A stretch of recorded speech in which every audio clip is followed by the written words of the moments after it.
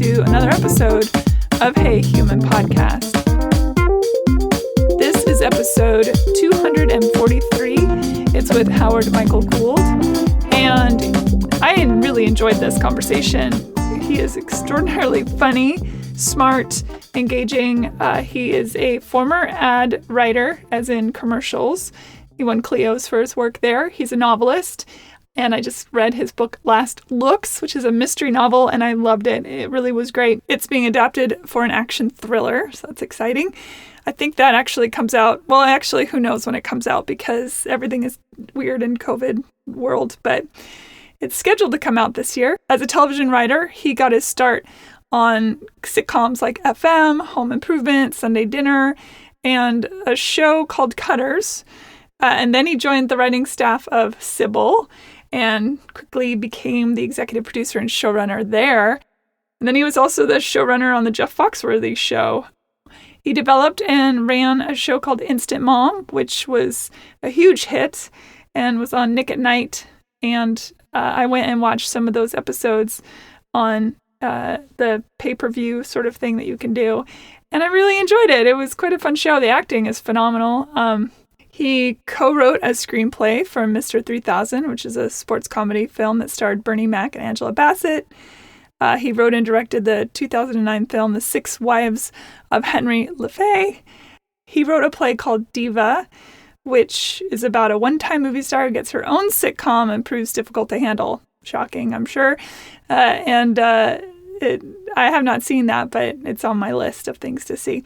But anyway, he and I had a great talk. We talked about all sorts of things, and his career is fascinating, the arc of it and where it's headed still. I was introduced to him through our mutual friend, Russ Woody. Thanks, Russ. And Russ continues to bring me really fascinating folks. So I'm real tickled about that, and that Howard took the time to say hello and talk with me. So something I learned during my 2-week vacation is that it's not on the winding road. It's a wending road. What? Wending road? W-E-N-D-I-N-G. That's not what the Beatles say. They say a long and winding road. I'm very confused, but it's true. I looked it up. It's wending. Wending its way down the whatever. Use it in a sentence. This is not a spelling bee. I'm just still flummoxed by the whole thing.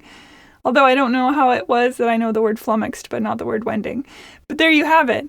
That is public school education in a nutshell. Okay. In other news, social media for Hey Human is on Instagram and Facebook under Hey Human Podcast. I myself am on Twitter, Instagram, and Facebook under Susan Ruthism. And that's SUSANRUTHISM. If you want to know more about me personally, go to susanruth.com and you can sign up for the mailing list. I send out mailers about every quarter, so I will not make you crazy with too many emails. Unless you think 4 a year is a lot, and then don't sign up, because that will be your barrage, about 4 a year. My music is on iTunes under Susan Ruth. I have 4 records up there. Always threatening to make another album. Haven't done it yet, but you will be the first to know should I do that. There's merch on the HeyHumanPodcast.com website through a very secure storefront. So if you are wanting some cool Hey Human t-shirts or pens or, well, no, I take that back. I don't think there's pens on there. But tote bags and pencil cases to put your pencils in that I didn't give you or sell to you. And that's all there too. And some artwork, things like that. Rate and review Hey Human on iTunes, please, or wherever you get your podcasts. But especially if you're on iTunes for your podcast, please rate and review there, because it makes a huge difference to podcasts. It helps them get pushed up in the algorithms, which is a big deal. Again, I mentioned HeyHumanPodcast.com. On there is a links page. Every episode has information about each guest, what we talk about, books that they've written, articles we talk about, things we talk, all that stuff. It's on there on the links page. And I think that's about it. I want to thank everybody and say Happy New Year 2021. I'm recording this on January 6th. It's been a very weird day. They stormed the castle, and Yeah, it's just mind-boggling, all of it. But that is not what you came here for. You came here for a good conversation, and darn it, that's what you're going to get. So without further ado, I bring you this episode. Thanks for listening. Here we go. Hello. How are you? Good. Can you hear me all right? Yeah. Can you hear me all right? Yeah, I hear you just fine. Wonderful. Ooh, I already like your office there.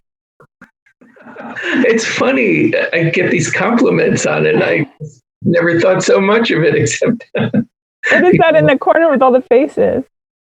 That is the New York Knicks of 1973. Okay. And it was the team I was the most emotionally attached to in my whole life. And I actually had that poster it was like it was like a fold-in New York Magazine. Yeah. I was 10 years old and I had it on my wall for years. And then I forgot about it, it had like creases in the middle and staple holes and stuff. And then I saw that online as a lithograph.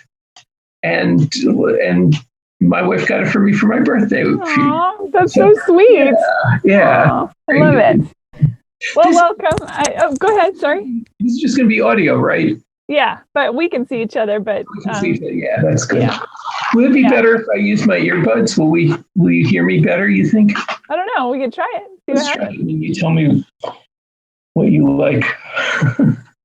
I've listened to a few of your podcasts. I really like it. Oh, thank you. I think this is it. There we go. How's that sound? Oh, sounds good. Okay, good. We'll do that then. Oh, I think, that's definitely more clear. All right, good. Did you watch or listen to? Sorry. I listened to Russ, of course, first. I listened to the guy who grew up as a Jehovah's Witness recently. Okay. Yeah, that's fair. I listened to the Anonymous Policeman. Interesting. That was good. That was really good. Yeah. One other, and I can't remember what it was, but I've been listening, walking around. Thank you for listening. What made you start doing that? I was beginning to give up hope that humanity was that we had no hope left of connecting ever. Mm-hmm. I was really upset, and I was trying to think of what I could do to make a difference in the world, how to connect people, or even people that, by all intents and purposes, you would think you have nothing in common with or no reason to listen to, which of course there's plenty of those kinds of people out there in the world. But to remember that they came up through their own humanity the way we come up through our own humanity, and that there are common moments. Because I don't think we can fix a lot of the problems that we have until we are willing to acknowledge the fact that we too could have been that person or have the capacity to be that person. So, which is why in my first year, I interviewed a Grand Dragon in the KKK. Wow. Super intense. I went to his house and had quite an interesting conversation with him. How did you even find him? It took a while. I had to, I knew a guy that knew a guy that knew a guy eventually. And I lived in Tennessee, and, birthplace of the Klan is there in Plain City. So it took a little bit of time, but found him and asked if he would be willing to be interviewed. And he said, sure. And I went to his house, which was freaky. I was scared because of lots of reasons. But went there and did the interview and came home. Wow. Okay, I'm going to find that one and listen. Yeah, it's episode number 30. Okay. Yeah. I'm writing that down. Yeah. So I can find it easier. Yeah. Well, Howard Michael Gould, welcome to Hey Human. I appreciate you being here. Thank you. Thank you for having me. Yeah. And we, of course, have the mutual friend in Russ Woody. Friends to all. Yes. I love He's him dearly. Sort of sneakily popular. Oh, yeah. Right? Because he would never admit it. But everyone loves him. Oh, he's lovable. He's so lovable. He's actually introduced me to quite a few of my guests now. Oh, that's great. Which has been wonderful. Yeah. I think of him as my crazy brother. I call him. Yeah, I would say that's appropriate. His episode was, I thought, hilarious. The wine was pouring for sure. A lot. Pour a glass to keep up. Yeah, it was a nutty time. It was a good time. So you are many things: screenwriter, director, playwright, author, director. I'm sure I'm missing something. And you had a life as a showrunner, and a life as an advertising person. Advertising man. Yeah. Back a long time ago, a million years ago. Yeah. Well, let's start a million years ago. You grew up in New York. I did. And what was childhood? Lots of creativity or more structured? That's an interesting question. Very traditional, very safety first. I mean, there was no, I mean, my parents were, my mom especially, were creative people and they loved the arts, but they never looked at that as something that one really did, you know? So when I wanted to be a writer, you know what? I worked a couple of summers at a camp for the arts in New Milford, Connecticut.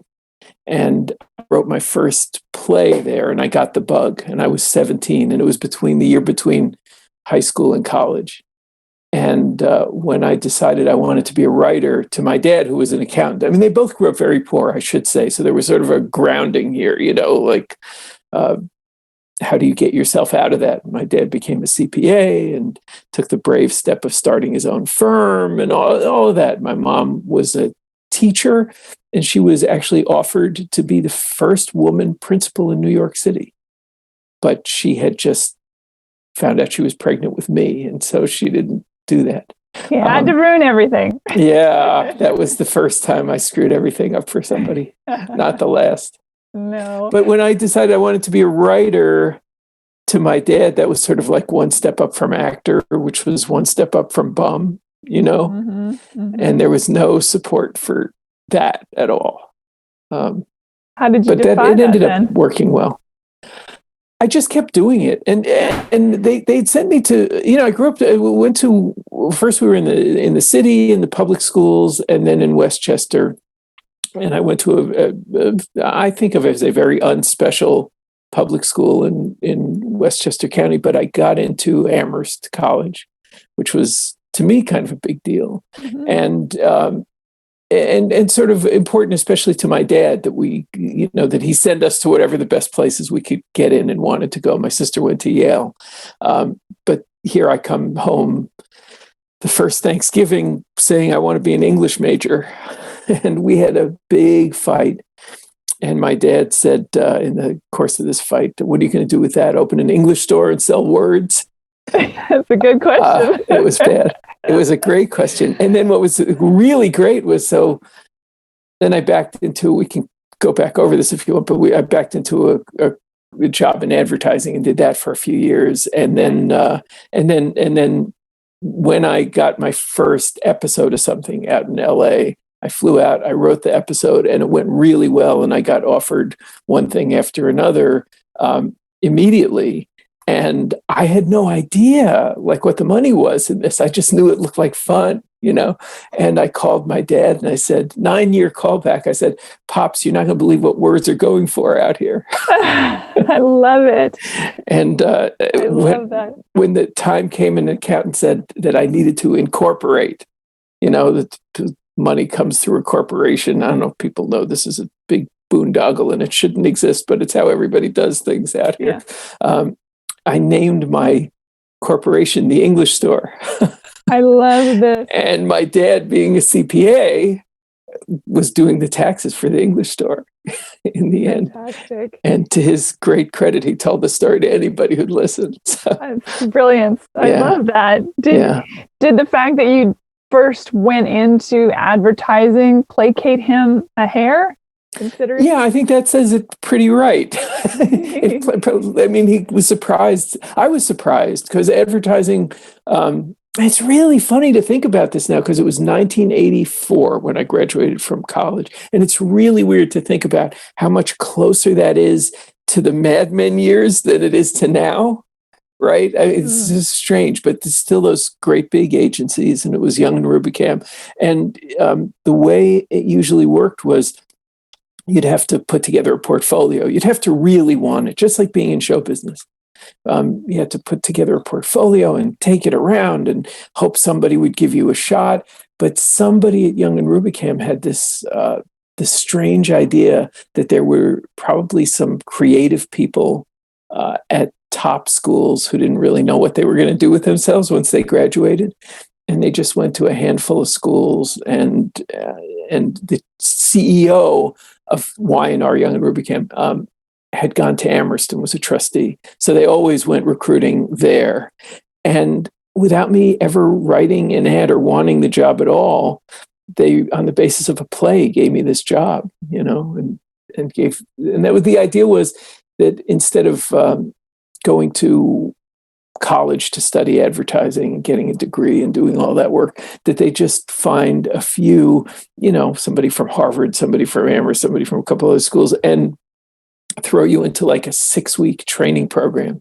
So instead of you taking a course for a semester on media buying and like how they decide where they're going to run your commercial for Jell-O, that they would just bring in the head of media buying at the biggest agency in the world, just upstairs, and he'd come down and talk to you for an hour, and that you'd learn everything you needed to know in that hour. And they do that kind of thing for like 6 weeks, and then they gave, I remember that it was a princely salary of $16,000 a year plus overtime.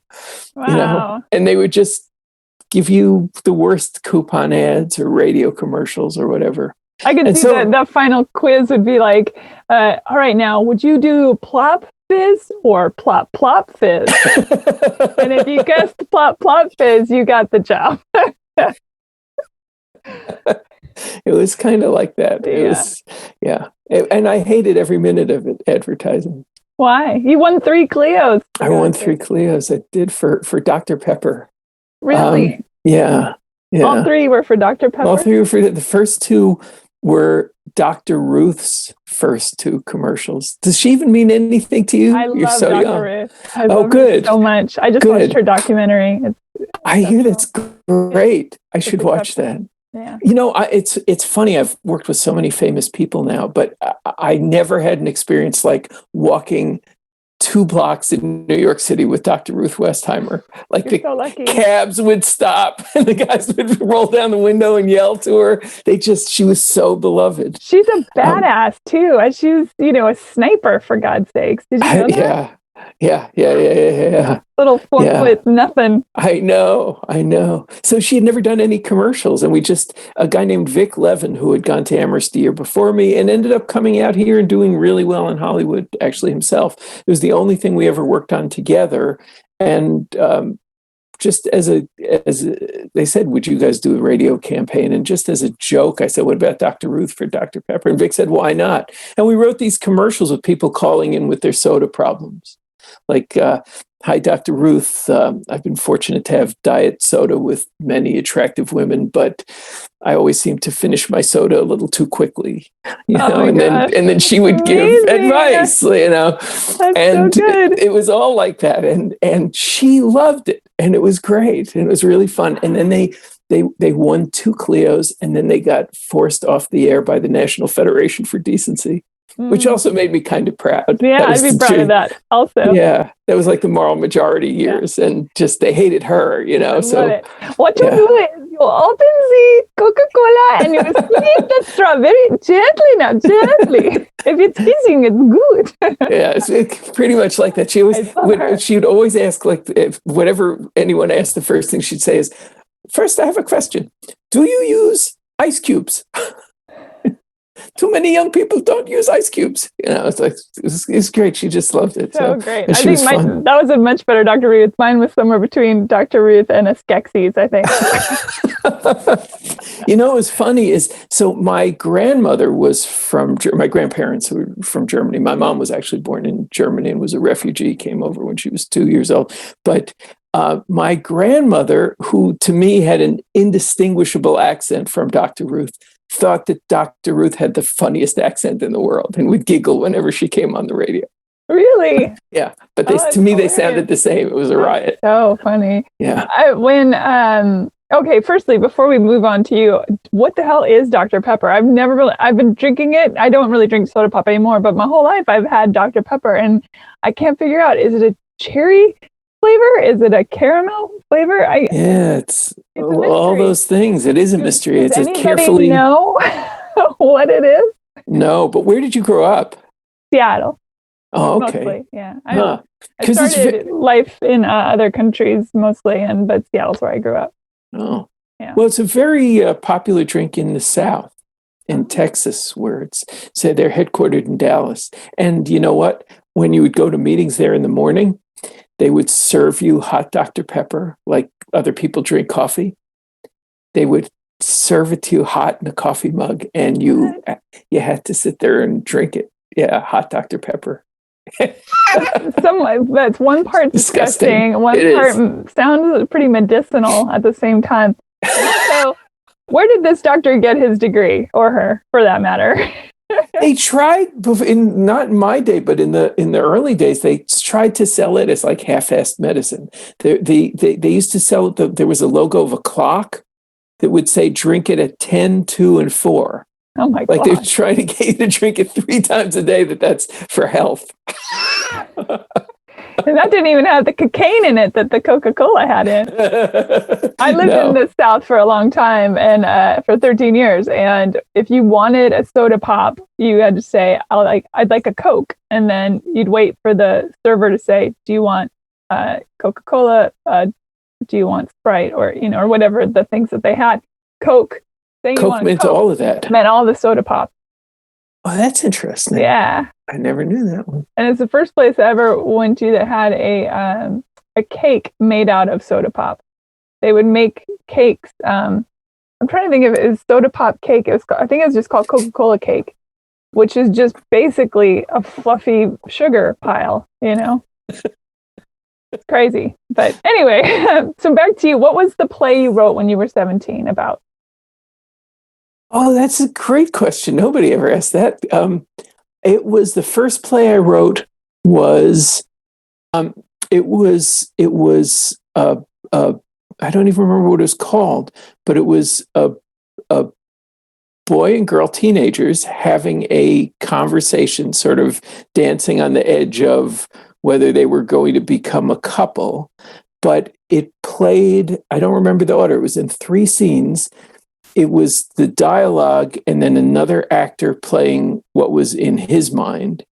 And then the same dialogue, second scene, exactly the same from those 2 actors, but what was playing in her mind, and the disconnect, and then picking it up going forward. That's very astute scene. For a 17-year-old to conceptualize that. What do you think? I don't know. And the play that got you the job, what do you know what the play was? The play that got me. You know what? Everything great that happened, every career change that happened for me happened off of a play.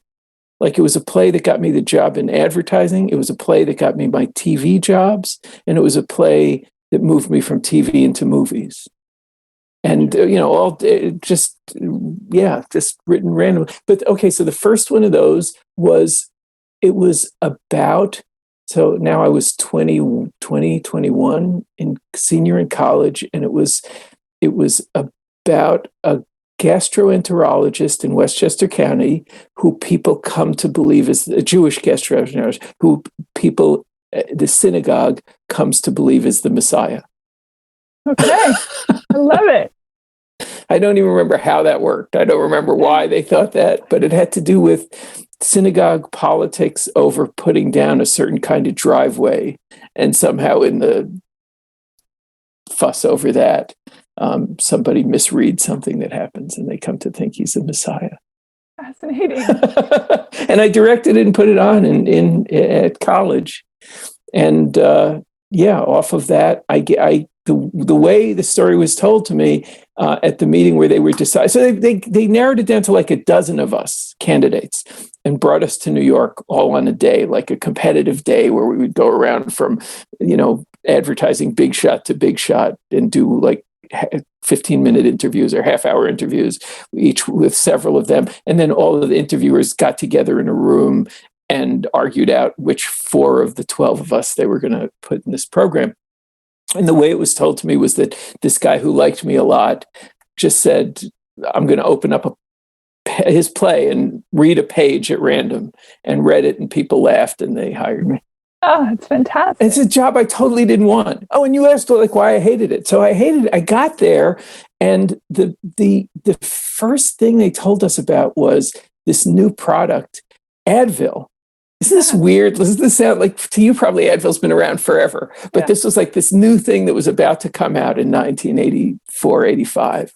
And they were so proud of what Young and Rubicam, what they had done to sell this, because they realized they had a problem. They had all these sales. I forget what the company was that made Advil, but it makes Advil. They had all of these sales projections and figured out what they were going to be able to do. And then all of a sudden, as they put it to us, when they told the story, the goddamn FDA said that you only need to take one of these, not two. And we were assuming that it'd be like aspirins and Tylenols, and it was always take two. And the FDA said you only need one. And all of a sudden, the sales projections were cut in half. And this was the account executive telling us this on the very first day in advertising. And she says, but we stepped in, we at Young and Rubicam, we came up with this great idea, which is give lots of them away for free. Go to airports, go to train terminals, go to everywhere where people travel, and have people give away a little packet of 2 Advils that says, take this, and this is the new thing to take instead of aspirin. And people will just assume that you need 2 of these. And sure enough, we came out with it, and our market research shows people take 2. And that's what advertising can be. And I sat there with my liberal arts degree going, what the hell? This is the worst thing in the world. This is what they're proud of, is over-medicating America, right? Absolutely. Oh my gosh. That's the same with the plop, plop, fizz, fizz story, the Alka-Seltzer. You only need to do one, but a woman came up with the advertising of doing plop, plop, fizz, fizz. Oh, what a relief it is, because of the cadence. But you only need to do one, but because the song had 2, it sold like it always sold with people doing both of them. Yeah. Wow. Isn't that wild? Yeah. Well, I mean, it's no surprise to you, because that's advertising. That's all that they want to do, right? No. And sure enough, the first 3 assignments they gave me there were, let me see if I can remember, pudding pops. Do you remember those? Jell-O pudding pops. Sell that as a health food made with the wholesome goodness of real milk. Actually, made with the wholesome goodness of real Jell-O pudding, and they'd show a glass of milk. A glass of milk. So this is health food. Second one was AT&T as the company that really cares about you. And the third was Jamaica. They had the Jamaica tourist account. Jamaica, which had been undergoing riots and stuff, and so we had to sell Jamaica as a placid island inhabited exclusively by white people. Oh Lord. Wow. Oh my gosh. I have not ever seen Mad Men. I'm the only person on the planet, but I know about, the idea that they're all smoking and drinking their highballs and martinis and things like that. But you were saying you got into it sort of just post that. I think that was this was the 80s already. Yeah. And No, it was just cocaine. Yes, right.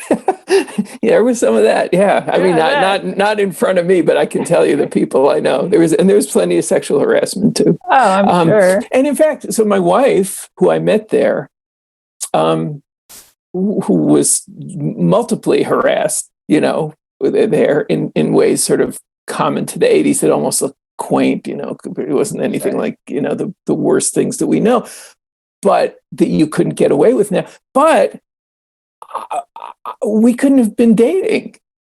Oh, right. In an office. So yeah. Is she an advertising person as well then? She was. She went through all those hoops. Like she came from, she went to Ohio State where they didn't go recruiting for her. I mean, she had to do all of these hoops and in fact got a job there as a secretary and was the first secretary to cross over into being a copywriter and into that training program. Wow. Because that was not an acceptable career path because they'd only think of you as a secretary, So she sort of broke down some barriers and then got there and kind of hated it too. And then, when I got my job out here, she hated New York as well. She was really drawn to it, but burned out on it pretty. It lost it. It wasn't that charming in the 80s in New York, really. Yeah. I liked it. I miss it, but she didn't like it. And when I got my job on a show out here and everything happened, she was very happy to come out here. And she didn't go into advertising. Which was your first show in LA as a writer? I came out to work on to write an episode of a show called FM, that only went 13 episodes, but was very, very good, done by Alan Burns, who was my mentor in the business, who was one of the co-creators of the Mary Tyler Moore Show. And I mean, he was really one of the legends of the business in the 70s. He did that. And when all the other Mary Tyler Moore people left to go to Paramount and do the show Taxi, he stayed at MTM and did the Lou Grant series, which nobody remembers now, unfortunately, but was a really big deal at the time. So that was her boss. Yeah. That was her boss. And they spun him off into a drama. Do you even know this? They did a drama that ran for 5 years and won more Emmys than any drama had ever won up to that point. Was she in that as well? Or was no, she wasn't in that. It was him. His show. His show as him moving to LA and being the editor of an LA newspaper, like a rival paper to the LA Times. Was it called Lou Grant? It was called Lou Grant. Okay, yeah. I have this vague recollection of that for some reason. Yeah.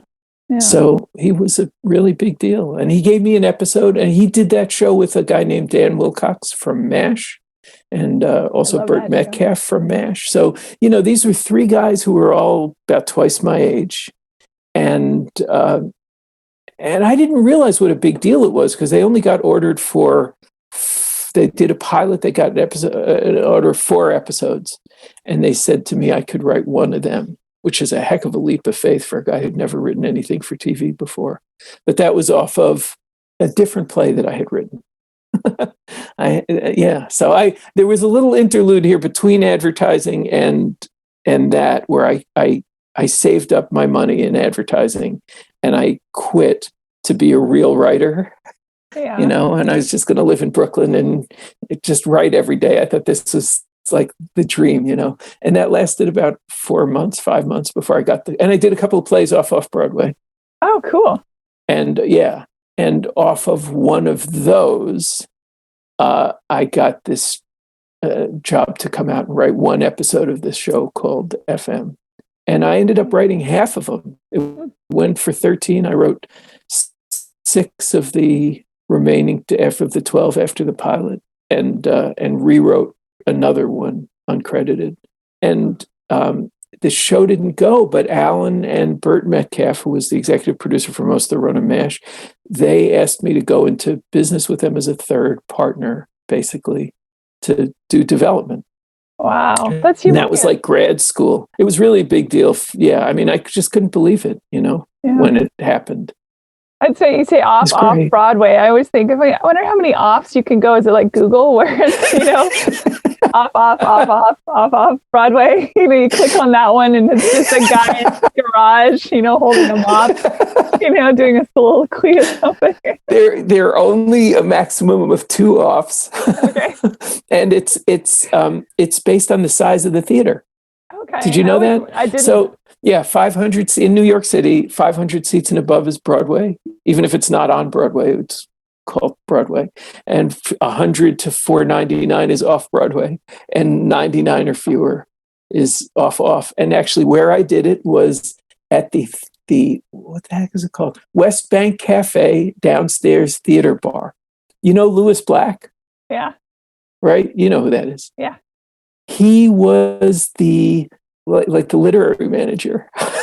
So my big theater break was Louis Black calling me up and saying, you can do your play here.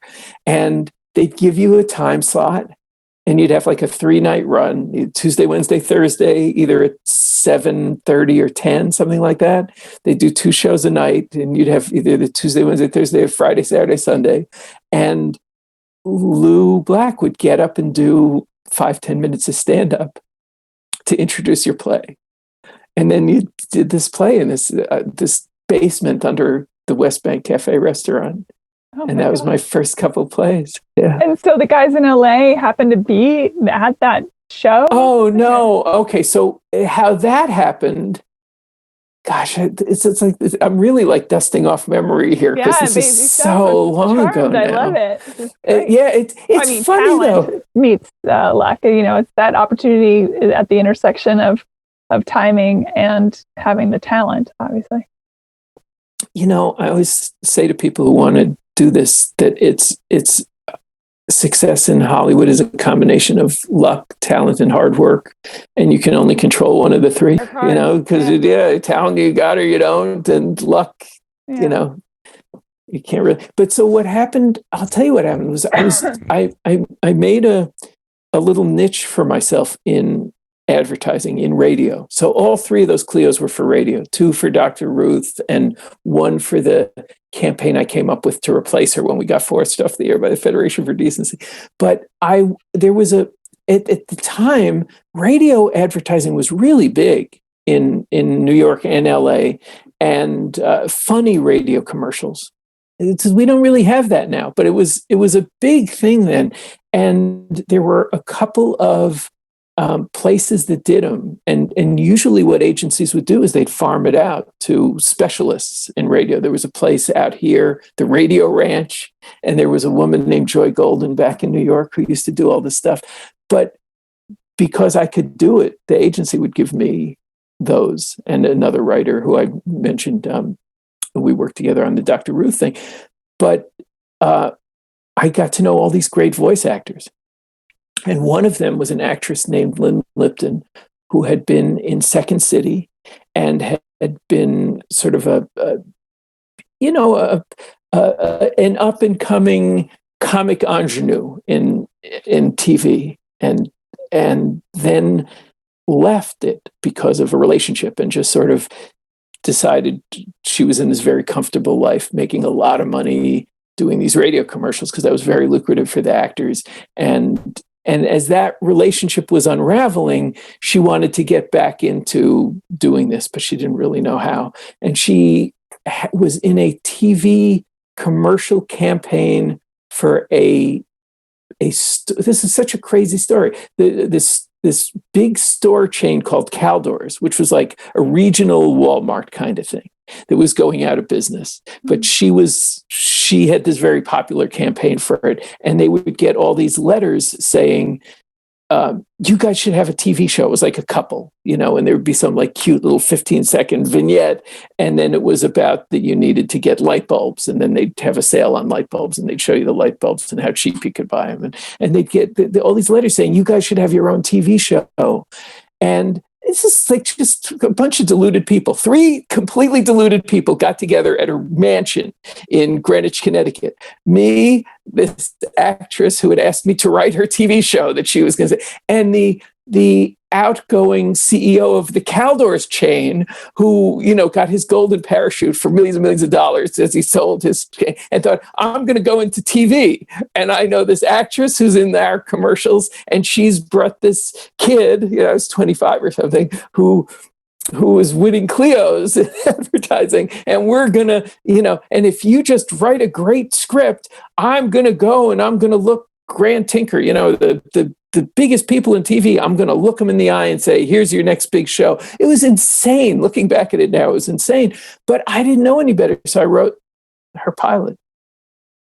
And then, of course, that guy couldn't get any traction anywhere, because who is he? This is department store guy or whatever the hell. I mean, they didn't care about him. My God, does he have some cheap light bulbs, everyone? Does he not? Lots of them. He's had a whole kitchen full of all the crap that he wiped out at the store before they sold it.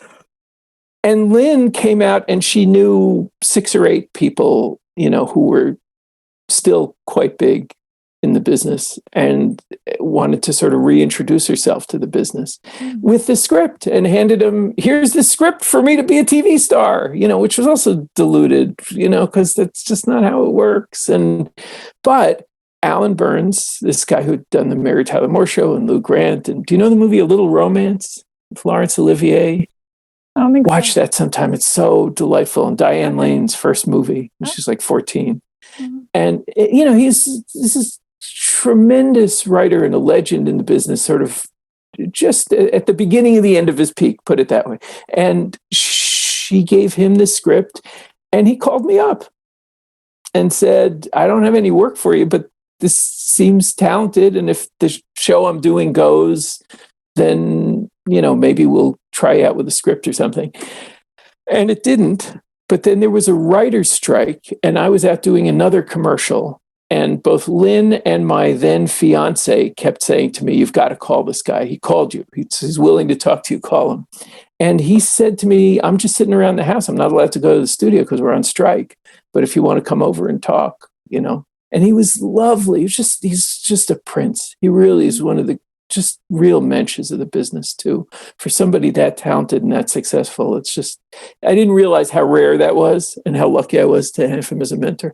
But I went over to his house and we had a nice conversation. And I said, "You know, the thing you read, I like it, but let me give you something that's better if you have time." And I left him this play called Trumps, of all things. Of 1988, I left him a play called Trumps, Wow. which was about, so also insane. It was about a young commercial composer, jingle writer, could have been you, and he, in an alternate life, who gets spotted by a sort of kind of sleazy, kind of double talking commercial music producer who has this idea to produce this is a crazy idea for a play, produce a musical for a new casino in Atlantic City. And he's going to pair this talented composer with these couple of old ladies who write children's musicals. And if he can get them to write something, that he'll give it to Donald Trump, who he knows. What? Yeah, who thought 1988? Oh my God. And, you know, and it turns out it's just, he's selling air. It's just, he doesn't know Donald Trump. He just, you know, it's all BS. It's not really a good idea for a play, but it was very funny. It's the funniest thing probably I've ever written, because you're funnier when you're younger, I think. I really do. When life hasn't beaten it out of you. Yes. Yes. And younger people are funnier than me now, and it's okay. But it was the funniest thing I'd ever written, and I left it with Alan. And then I went home and got married. And when we got back from our honeymoon, there were 4 messages on my machine. The first 2 were from Alan, just raving about the play. And the next 2 were from agents, like a lower level agent and an upper level agent at his agency wanting to sign me. Wow. And so I signed with them, and of course, agents don't really get you work. So I thought I was on Easy Street, and I wasn't. But I kept doing. Did you go with high one or low one? I started with the low one, okay. And then when I got a little bigger out here, I switched to the high one. Okay. And then I left them for a bigger agency. Okay. It's an old story, yeah, and I'm no better than anyone else.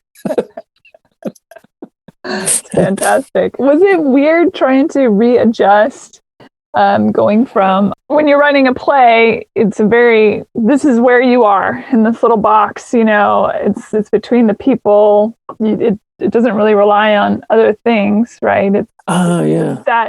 It's what they're saying. Whereas on a television show, you've got multiple places you're going, you've got multiple storylines. Although I came in just in the world Russ was in and stayed in for almost all of his career, in multiple camera TV, which is basically like theater, right? You know, you think of any of those Cheers or any, you know, Seinfeld, you've got that apartment, you know, and they're mostly in the apartment. And then now we go to the diner for a little bit, you know, and then maybe we have a reason to go somewhere else. So it was very like theater, but then it's all there. You put the several cameras and you play a long scene. Yeah. You know, or a short scene in Seinfeld's case, but it was very similar. What was hard was going from theater where I was king of the world to being the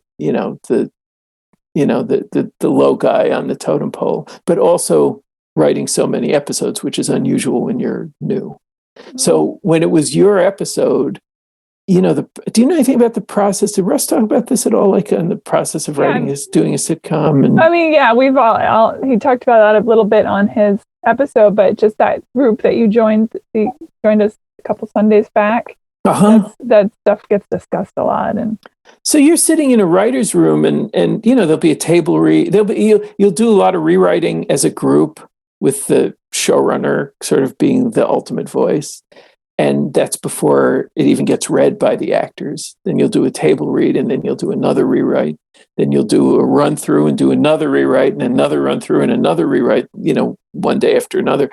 And so your script gets basically torn apart and rebuilt, or even just nicked away at. So like if I write a joke that ends with, then you take out the garbage, which sounds funny to me, and my boss doesn't like the word garbage, that it has a bad connotation for him for whatever reason, says, then you take out the trash. And you're sitting there going, that's not funny. And you didn't need to change that, And if it was my show and if it was my play, I would not change garbage to trash, but you don't really have a say in that. And when it was my own episode, and this is, I think that every writer goes through this, when it's your episode, that's a really painful thing, because you work so hard before you turn it in to get it as good as you can. And then people just have at it.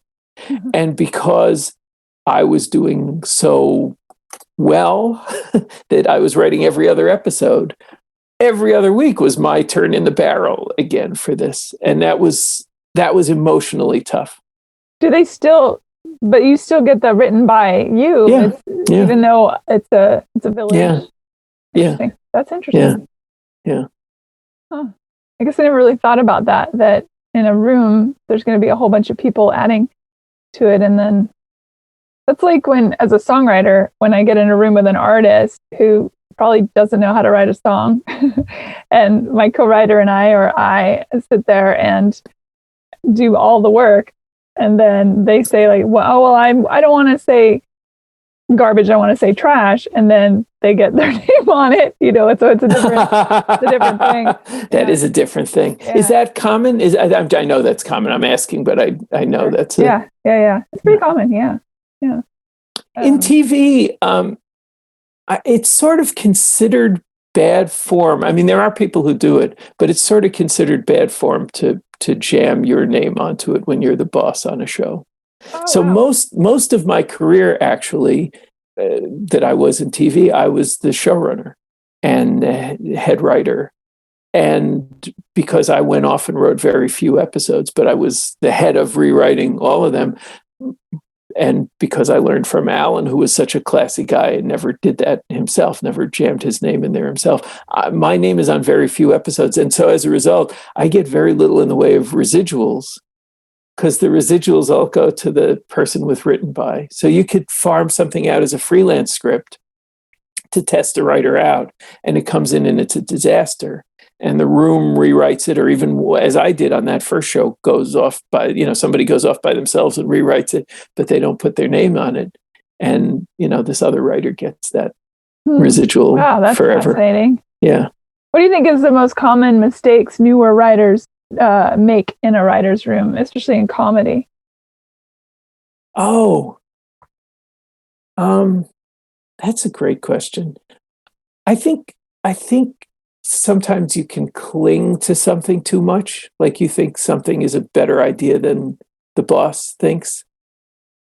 Not that I ever did that. I can remember one now. When I was working at a Carol Burnett show, and I just knew that there was a more interesting choice than what we were doing, and I must have pitched it 12 times, and the guy put up with it. Carol Burnett show, wow. Not the original Carol Burnett show, but yeah. So I came out here. So I had a bunch. So this made me hot all of a sudden. Like I came out and I did that, and that show got an order of 4 episodes, and then a few months later, got an order for 8 more. But in that time in between, the company that was doing it, which was a legendary company called MTM, which you probably don't know, they did not only the Mary Tyler Moore Show and Newhart, but Hill Street Blues and lots of very, very big shows in the 70s and 80s. And they were going through, they sold out to some British company that overpaid, and then it all went to hell. So they didn't have any money to put, it's where Russ started too, actually, earlier than me, years before me. But they didn't have any money to put me under contract. So I was sort of a free agent, but now with the imprimatur of one of the, at the time, real legends of the business. So I had a lot of things to choose from. And the one I chose, and this is sort of typical of everything I did the rest of my career. When I look back at this, I always chose the most interesting thing rather than the smart thing to do. So they were more obviously built for success shows. But this guy Matt Williams, who had created Roseanne, the Roseanne show, and got fired halfway through the first season. Now had this giant deal at Disney, and the first thing he was doing was a show with Carol Burnett, her comeback to TV, where they were going to do a different play every week. It wasn't going to be a regular cast of like Harvey Korman and Tim. It wasn't going to be like that thing. It was going to be an original play. They built a proscenium on a sound stage, and they were going to have a whole new cast every week. And some weeks would be a drama, and some weeks would be a naturalistic comedy, and some weeks would be a supernatural comedy. It could be anything. And I went, oh, let me do that. That sounds interesting. And it was completely misbegotten because it sounds pretty heady. It was very heady. And Matt, God love him, he went on. Those same guys went on to do Home Improvement, which, and you think of Home Improvement, which I also worked on. I went back to work for them later. It was the same episode every week, basically. You figured out it was exactly the same formula. Carol Burnett, on that show, those guys couldn't make a decision about anything. So you'd be there after a run through would go badly, and they'd, sort of be despondent, and somebody go, well, what if they're all aliens? Okay, let's rewrite it as aliens, and you were just shooting the first draft.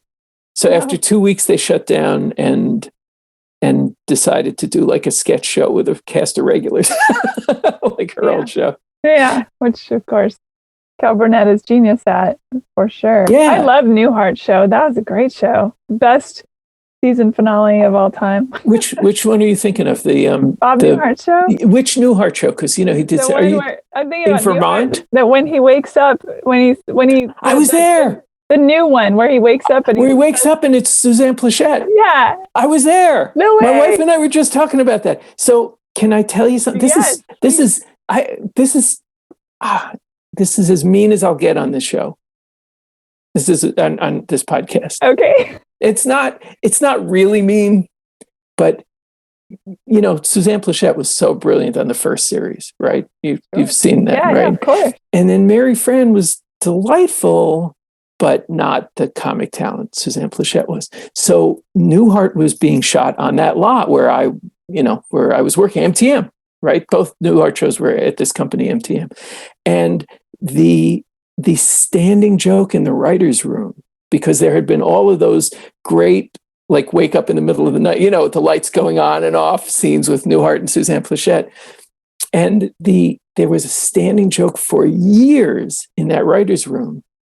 Now, God, I'm telling stories from so long ago, because you're remembering this, but that was 1989 or 90. This is 30 years ago. So, but there's a standing joke for years in that writer's room that they would end the series with, he wakes up in the middle of the night, turns on the light, and there's Suzanne Plachette in bed with him. And he says, Emily, I had the most terrible dream. I was married to someone else, and she wasn't funny. Oh, fuck. And the writers would tell that story all the time. It was like this standing joke around the lot. And so everybody knew that was hilarious. So I knew they were going to do the last episode. I was the wonderkind at the company, right? I had just written half the episodes of this thing. And so I was able to get a seat at this taping of this finale.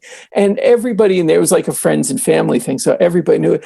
And so when he turns on the light and it's Suzanne Plachette, oh my God, there was like this whole other, you enjoyed it. I love that you brought this up. My wife and I were just talking about this the other night, that it was delightful for the audience, but for the people who were there, it was like, oh my God, they're ending with that show. And they went a different way with it. Of course, they weren't, but yeah, it was so memorable. Yeah. My parents let me rifle their LP collection, and I have some Bob Newhart albums.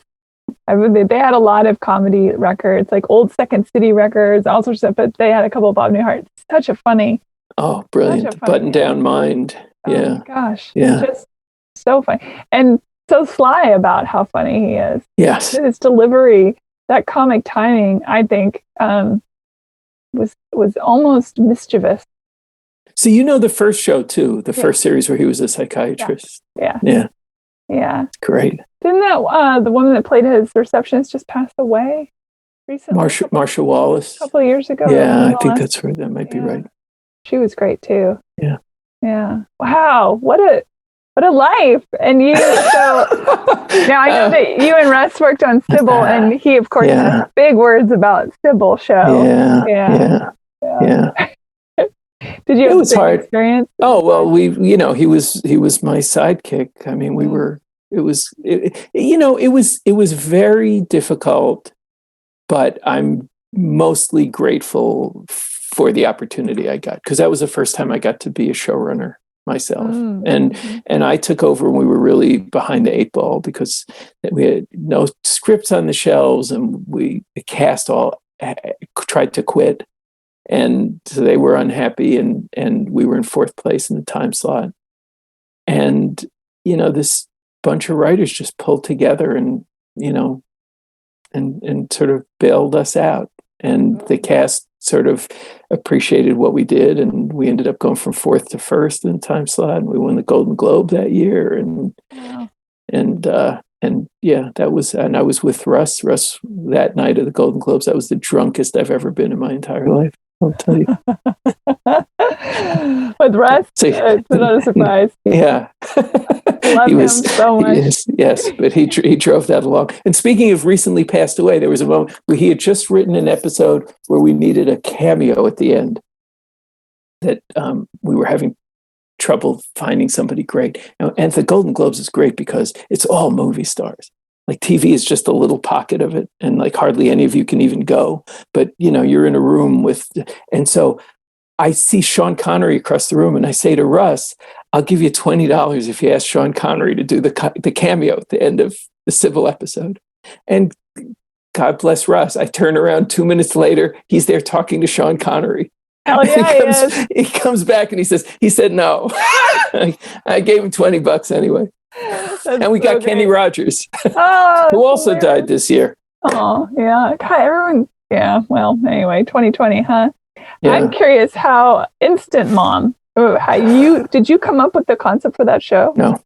Okay. No. But you were one of the writers on it. So I was the head writer. And so then I had my sojourn of the entire rest of my career. I did TV for about 10 years. And then I did movies and theater for, I guess the quickest version, then we can come back to any of it if you want to talk about any of it. But I wrote a play, which then Mike Nichols wanted to do. And that was just the greatest thing, except that then it didn't happen because of something stupid. But I had him in my life as a mid-career mentor for 2-3 years. And that got the attention of the movie business at a time when crossing over wasn't that common like it is now. And so I started doing movies. And then the crash happened, and the business really changed a lot. And I so when I wrote this play that Mike was interested in, I felt like I outgrew these 20-minute sitcom stories. Was really what happened. Just on a creative level, I just wasn't interested anymore. The play went backwards. I mean, it was really ambitious storytelling, and so I was doing movies all this time, and then I went and directed a movie and got involved with criminals on the financing side, and then that ended up a big disaster. Yeah. Did you know they were criminals going in, or? No, I knew it in the middle of prep, and I threatened to quit, and they threatened me with a lawsuit if I didn't finish it. So I made my directing debut under threat of a lawsuit. And then the crash sort of wiped out how they were planning to release it. I'm short-circuiting a horrific career-destroying story, basically. And then when I came out of the mess of that, which took me like 2 years, like this massive bet on myself that I could direct this movie, and they all ended up suing each other and fighting over the cut. And so it's out there. I mean, it's on Showtime a lot. It's on Netflix still, I think, but in a messed up cut. Like What's it it's called? my scenes out of order. Oh, It's called The Six Wives of Henry LaFay, with okay. Tim Allen, Alicia Cuthbert, Andy McDowell, Jenna Elfman, It's quite a whole cast. bunch of six other people you'd know. Really, and they were wonderful, and it was a great. Despite what I just said, the actual making of it was a great experience. But then the post and them really mucking it up was really a nightmare. And I came out of all that and said, okay, I guess I got to go back to work. And it was 2009. It was the industry crash, the economic crash. Movies, the smart comedies were finished. What I had been doing, and I sort of floundered around for a couple of years, and then I got a call about they had a script that they didn't like.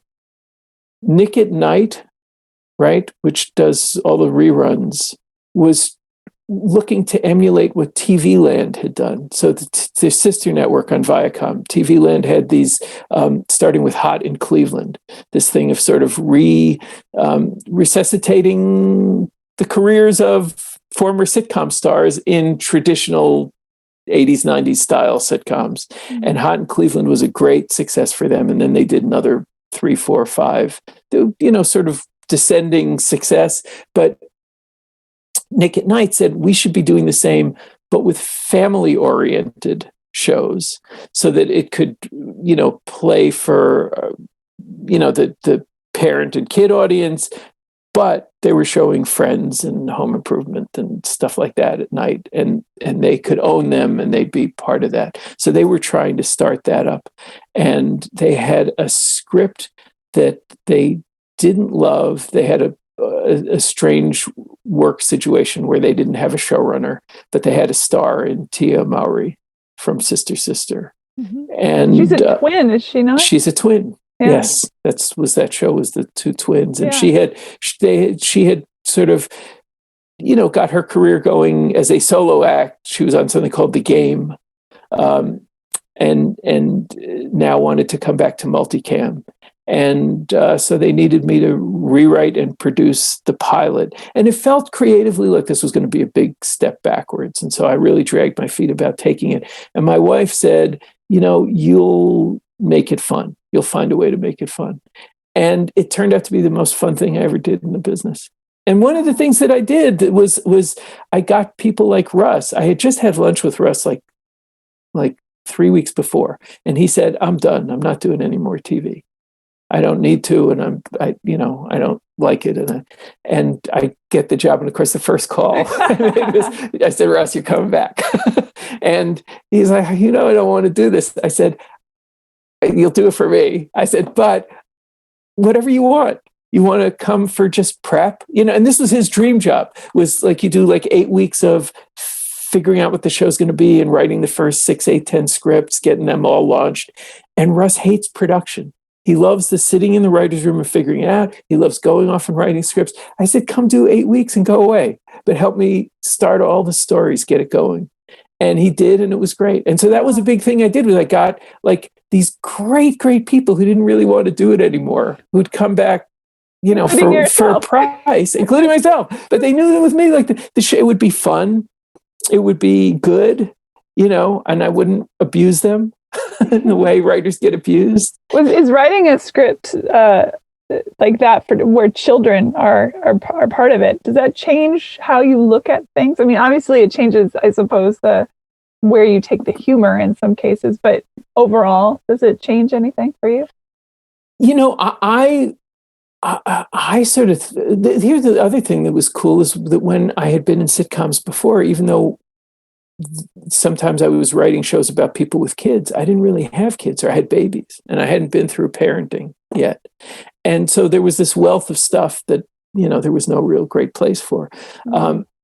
We were not tasked to do a children's show. We were tasked to do a show about parenting, and you needed to keep it PG enough. You wouldn't do the Seinfeld masturbation episode. But, when we were sitting around, Russ and I, our kids went to nursery school together. We were already working together, and probably because of that, we had the kids in the same nursery school.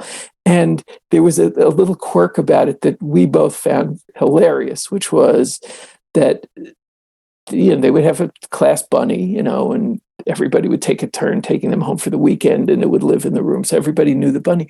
When the bunny died, they would have a funeral. So this was a way to introduce kids to the concept of death, which is all very healthy. But there was a morning session and an afternoon session. So what they would do is during the break, they'd dig the bunny up and do a second funeral for the bunny. And this, this just tickled both of us to death. And we ended up doing the dead bunny episode. So you could, there was a perfect example of there was material that we didn't, we didn't have when we were younger writing those shows because we didn't have the kids, but here was a perfect place for it. So we did the episode where Tia takes the bunny, the class bunny home, and they accidentally kill it. and then come to find out it isn't really dead. Oh, they end up basically the bunny dies like 3 times. And then she has to, there's a scene where she has to explain, she feels she needs to explain the concept of death to the 7-year-old, 6-year-old who's sitting there. And Russ wrote this beauty of a scene where she's taking it so seriously, but he, in a classic little kid way, is asking just his own different questions, like she's trying to explain bunny heaven to and he starts asking about, like, if all the animals have heaven, like, is there a tiger heaven? And Perfect. In the tiger heaven, are there bunnies in tiger heaven? No. Then what do they eat? And I had the great idea to tell this kid. We had wonderful kids on that show too, and I had the great idea to tell the kid, you know what? Let me give you milk and cookies, and just pay attention to the milk and cookies. Don't look at her. Just you're more interested in that. And it's a gem. I mean, it's as good as anything we did on Sybil, we were winning awards for. It just was in this. If that scene is on YouTube somewhere, I'll have to go check it out. They're all. I'll find it. I'll send it to you I know where you can, buy them for 99 cents or something like that. Yeah. Like it's on iTunes or something. But we did a half a dozen episodes that were as good as anything I ever did in TV. Yeah. I mean, it's like weird little place because. Why were they doing Nick what and Night? Gets the awards versus what doesn't? I mean, everything that seems in some ways is arbitrary. Obviously, there's so much great stuff up here. There's a lot of real crappy stuff down here, but you still have to pick from the great stuff too. And yeah. And then there are corners of TV that are fancy, right? I mean, if you do a show on HBO, even if it's not great, it's going to seem like it's a fancy show. Of course, yeah. And if shows like that. If you do it, a show on Nick at Night, right? I mean, I would have agents come up to me and go, "This could be on a network." Well, why shouldn't it be? I mean, how good the people are who are writing this, Right, and they didn't, and great actors, and But that's interesting. So you then went into writing books. So you have these detective stories, and you sent me it would be the most recent, I'm assuming. It was the first one. That was the first in the series, okay. Last Looks. Yeah. Okay. Yeah. And I loved it. First of all. Oh, thank you. I loved it so much, and it's funny because on the inside thing, or maybe it was on the back cover, it said a mix between Tim Dorsey and Carl Hiaasen, both authors I love very much. And so I had to hurry up and read it because I was at my brother's in Seattle. And I thought, oh, my dad is going to love this. So I read it real fast so I could give it to my dad to read. So now he's reading it. Oh, good. Yeah. Good. Thank you. But it's great. Thank you. What put you into that direction? Well, okay. So in the same, I guess, so all those years that I was writing movies, they were all sort of high-end comedies or dramas with some comedy to it, right? And then I directed that movie, and I was in this sort of, like I say, the business was in this kind of nuclear winter. And for some reason, 3 of the first 5 jobs I got when I came back and had to hustle a little bit, because in the movie heyday for me, I would get sent 10 or 20 offers for every one I had time to do. It was great. And now all of a sudden, after 20 years of being in demand, it was like, what do I do? Where is a place You're for me? off Broadway. Yes.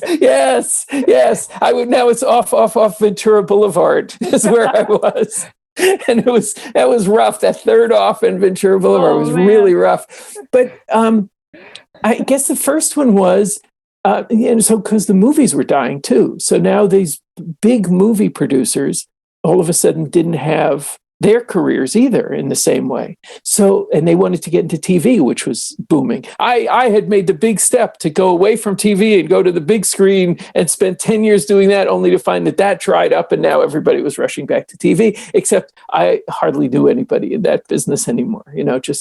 I knew a small handful, and they were all now running networks, which was great if you got to a certain point. So, and we'll get to one of those in a sec, because, I would have these big movie producers who would go, how do I get into TV? Who do I even know in TV? Oh, I know Howard Gould.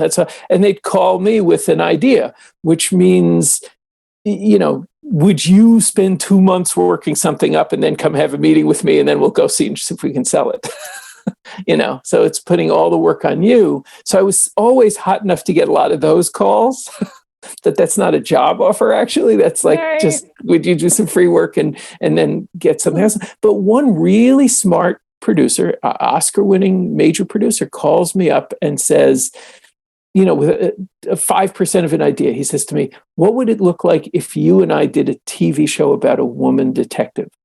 That was all he said, because I guess I was thought of as writing good women characters for whatever reason. So we ended up selling it to a cable, basic cable thing, and I wrote it, and I really had a good time. I mean, it was like a Rockford Files-ish kind of tone, where it was a detective story. It was about a woman with a kid, former cop, who's driving around in her minivan, carpooling and stuff, and solving a crime.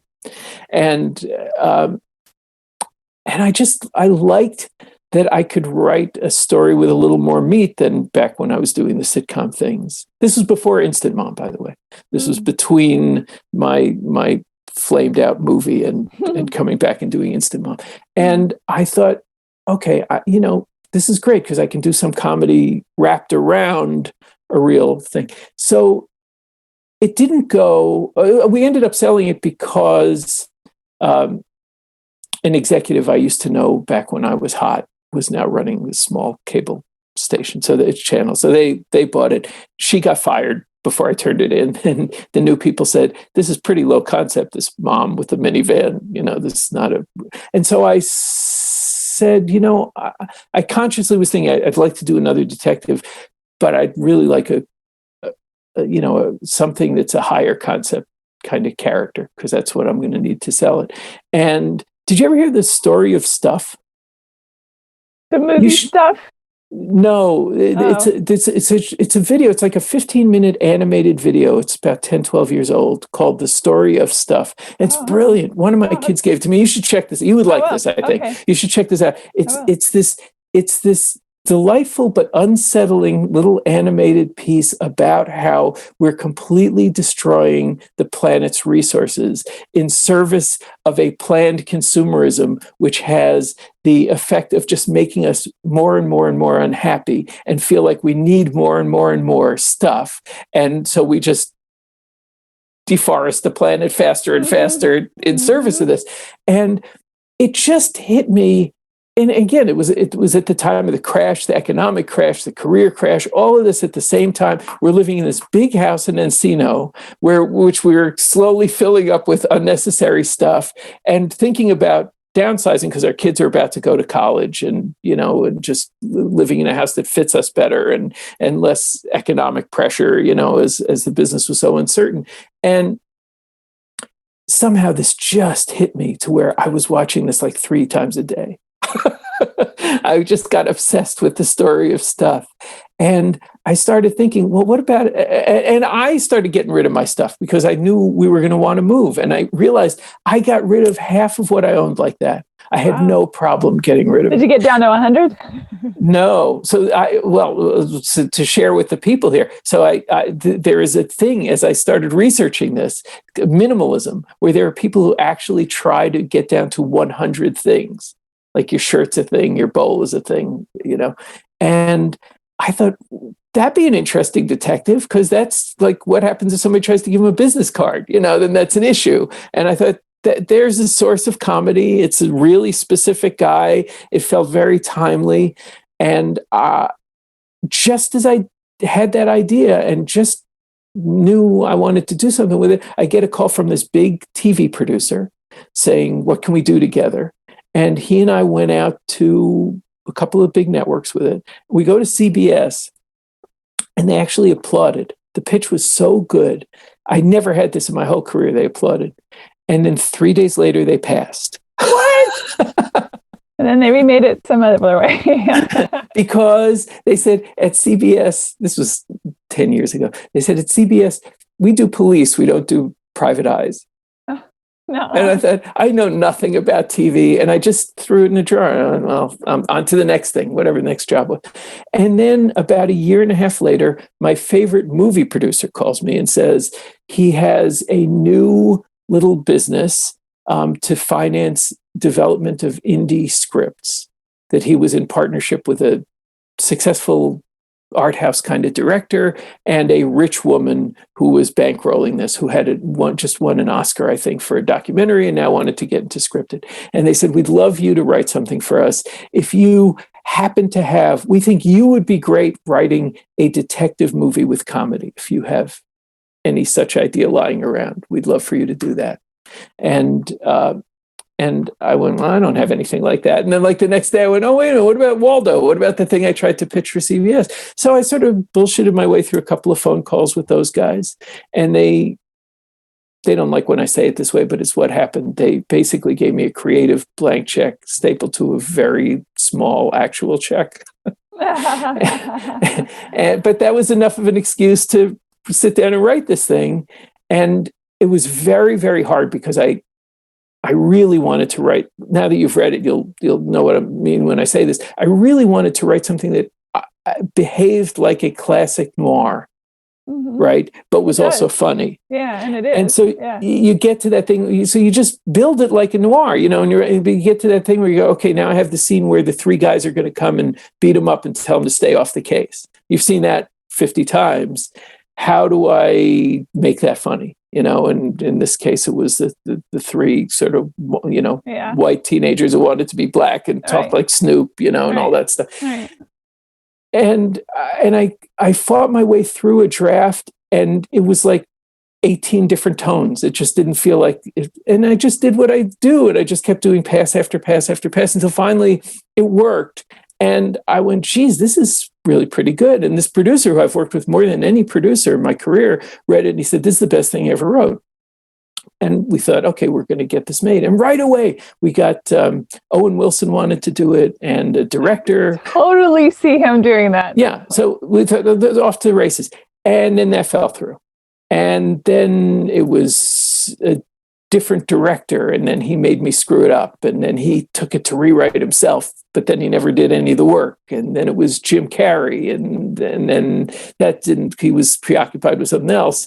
And it was just one of those many scripts that just has all of these almost lives. My whole career is this, right? It's why I've done all of this stuff. But if you look at my IMDb page, you go, what has this guy been doing all of this time? Like between Sybil and Instant Mom or whatever. And there just was a thing. I was finishing Instant Mom, and so I had taken this thing that seemed like a creative step backwards, but turned out to be super fun and reasonably lucrative. I made a nice amount of money for 2-3 years, and sort of that monkey was off my back. And I thought, okay, I'm going to try and write a couple of things that are more ambitious, which is always the mistake that I make, that instead of keep doing what I'm doing where I'm making money, I go, what's going to be the most interesting thing I could do? And I had this feeling that I didn't want this one just to disappear into the ether and just sit on a shelf until everyone forgets about it. And I just happened to notice there are tons of detective books out there. And I thought, why don't I just try reverse adapting this and see how it goes? And I know something about you is bringing this out in me. I don't normally talk about this. My dad had passed away too. And I am not a big detective mystery reader, but he was. And I think that there's something there, that something happened in the few months, and he and I were very close, that something happened in that few months that subconsciously pushed me in that direction. Let me put it that way. Yeah. And I thought, I'm going to try and do this. But I did it under a pen name first because there were so many mystery books out there, but a lot of them were lousy when I started reading them. And I figured, I've never written prose since I was a teenager. This may be terrible. And I was afraid that it would ruin whatever career I had in Hollywood to have this crappy book out there. So I wrote the first 2/3 of it. Actually, I wrote the first chapter and gave it to my wife. And I said, should I keep going? And she said, oh, definitely. And then I wrote the first 7 chapters and I gave it to 2 friends who had written novels. And if they had said stop, I'm sure I would have, because I was totally insecure still. But they said, no, keep going. And then I got 2/3 of the way through, and I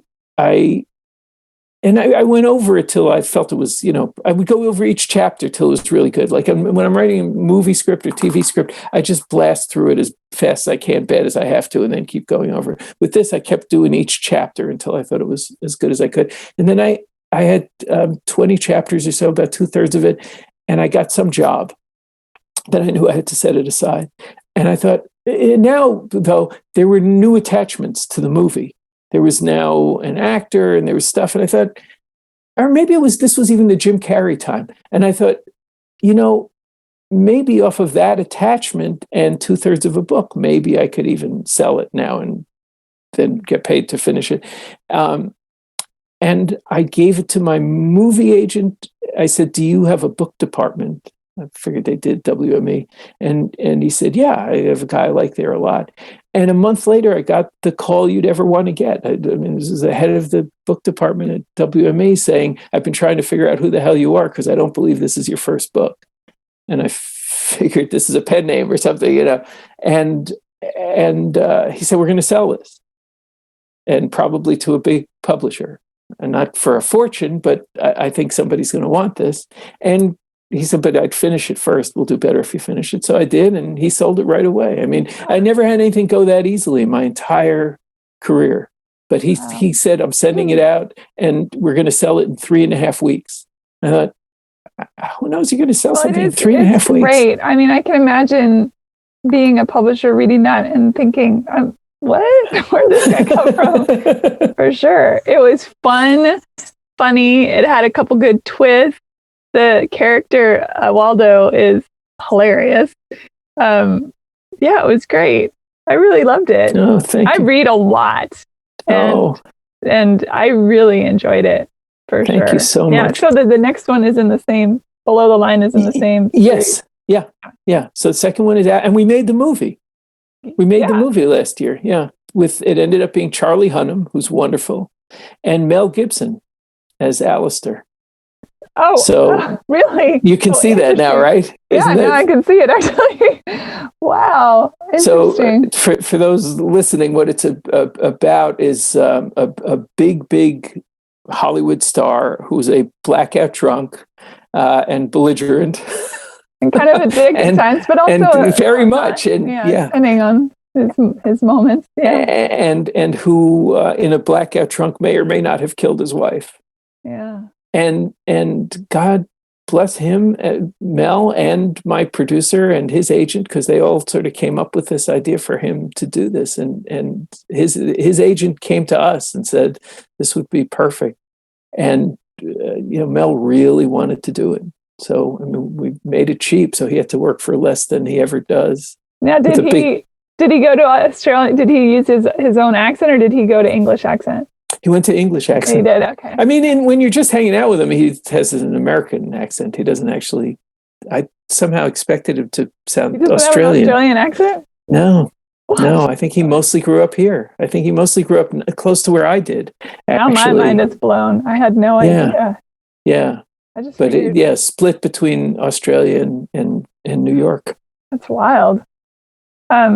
He's great in it. He's great in it. Yeah. And it's out. Is it on? It's not out yet. Oh, it's not out yet. So this whole year has been like one You're a music person. It's like been a hold. It's a fermata. I'm also a writer, so it's like the whole everything. And I was at Second City in the conservatory program, and I just finished the program when everything. I was finishing up the program. We had to do the last 2 levels of the conservatory on Zoom. In Chicago or here? LA, here. So that was surreal. Yeah, it's kind of, and I just got to LA. It's not like I've been here very long. So the whole thing. I didn't realize that. So the whole thing has just been wacky. Yeah. Well, that's what happened with the movie. So this was supposed to be the year where we were going to go to Toronto or Cannes or something with it. And they the way they sold it was, they sent out a link to the buyers. And so now they're in negotiations, and I heard a rumor about where it's getting sold, but it'll come out sometime next year. But who knows if there'll be people going to theaters? This could just be when everything goes back. When the vaccine is out, people are going to lose their mind. There's going to be bacchanals in the street. It's going to be Caligula to your left, and it's going to be nuts. but is there any room for detective movies in that? Of course, that's the question. You got some sex in there. It'll be good. So we'll see. It'll be out in 21. Okay. I have no idea if they'll put it in theaters or they'll do straight to video like a lot of big things are now. Do you feel like you're going to keep writing Waldo, especially in detective? They just keep coming out. Do you think you'll do that, or do you think you'll play around with it? I have a third one, and like with everything else, it's sort of been a little bit on hold because it's sort of, for me and my agent and my publisher, to be honest, I think we all sort of want to see what's happening with the movie before. So I had just finished that right before all of this too. So everything's it's kind of weird. It's been a weird year. Oh boy. Yeah. It's been a weird year. All right. How can people find you? What's the best way? They listen to your podcast. What's your address? It's off Ventura Boulevard. That's right. They can find me at Howard Michael Gould, GOULD.com. That's my website, and I'm under that name or variants on Twitter and Instagram and stuff like that. So you're on the social medias. I'm on. No, I don't do a lot of Facebook. I do a little Facebook, but I'm on the others. I don't like them. Nobody does. Social media. We just have to do it to keep the word out there. Yeah. You're on Twitter? Yeah. Yeah. I'll put something out about this when you tell me this is going up. Good. I'll send you, and I do a links page on the heyhumanpodcast.com site, and for every episode that gets a pretty complete things we've talked about and all that, and your how to find you and do your books and all that. So that'll be in there as well. Great. And this has been delightful. This is great. I feel like I made a new friend. You did make a new friend. You're my first new friend since March. Yay! Happy. Let me tell you, every person that Russ has introduced me to, and he's been lovely about that. From the minute I met him, absolutely open-hearted, open arms, and introducing me to people and being just so lovely. And every person I meet through him has that same gooey feeling, that good, lovely feeling. So, yay, I'm excited. And we will all go have coffee or wine or something when this ridiculous. Absolutely. I'll look forward to that. Thank you so much for having me on this. This was lovely. It's been my pleasure, and everybody read the books. They're great. It's that Last Looks, I still, Last Looks because of the video, and she turns to look behind her. I was like, where does the last looks? Is it because he seems to be looking away right when he gets clobbered, or like?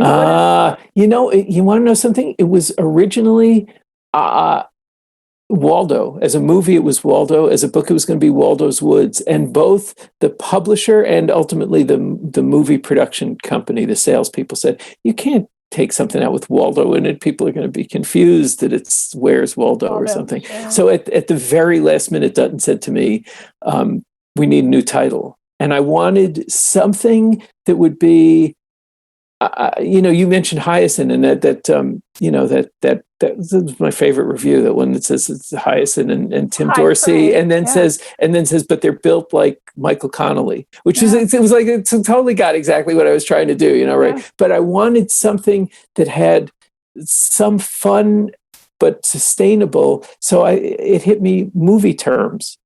or Hollywood terms. So below the line, last looks. Makes sense. And I've, I'm not going to say what the third one is because it's not sold yet, or not announced, I should say. So, but last looks, and because he sees Lorena before she disappears, he has two women disappear on him in the course of it. So that plus it felt noirish. I like it. That's what I wanted. It was these movie turns that sounded out of context, sounded noirish. Yeah. And Last Look sounds like that, but it's a little sly And because honestly, it's got the other sound to it. I could see these performed as plays. As I was reading the book, it was funny. And I thought, wow, this could be done as a play easily to me, at least in my because there's a lot of talk. There's more talk in the books than there's room for in the movie, funnily. Oh, yeah. there's just something about the feel of it. Maybe because it's that noir gumshoe type thing. It's sort of like, the play Something's Afoot. No. Oh, it's fantastic. Something's Afoot. I'm writing that down too. Yeah, it's fantastic. I really loved it, at least. Yeah, but anyway, I'm excited. I'm excited to read the next one and then the next one after that. So that'll be good. Well, thank you so much. Howard, thank you. This has been a real pleasure, honestly. And maybe I'll see you on the Sunday night Zooms with the rest of this group. Yes, that'd be great. Yeah. Do you do that every week? I try to. I've been traveling a little bit recently, so but now I think everybody's sort of put for a while, So yeah. Well, I'll try and do that. That was fun. I only did one of these so far, but that was fun. Yeah, that whole group is a kick in the pants. So. Do you know them from in person? Were you hanging out with them in his Sunday night at the Mm-hmm, yeah. I got to do it for a couple months before everything shut down. So there was a handful of them that I got to hang out with in person. Russ has been trying to pull me into that for a long time. Sunday night's been sort of traditionally our family get together. Everyone sort of gathers here, so that hasn't been that convenient. But I think things are changing now. So maybe I'll when we do Saturdays with them, I'll do Sundays with you. Oh, good. Okay, good. It's a great group of people. And do you know Gary Donzig? I met him once or twice through Russ briefly. Lovely man. And I'm excited to be able to go visit him at his place. That's going to be on my list as soon as we get to... He's out in New Mexico? New Mexico. Yeah. He's neighbors with Shirley MacLaine. Oh, really? And good friends of hers. I'd love her. That's great. Get her on the show. I know. I would love that. Have a wonderful evening. Thank you too. so much. Take care, Susan. Yeah, bye. Bye-bye. Rate and review Hey Human on iTunes or wherever you get your podcasts. Thanks. Bye.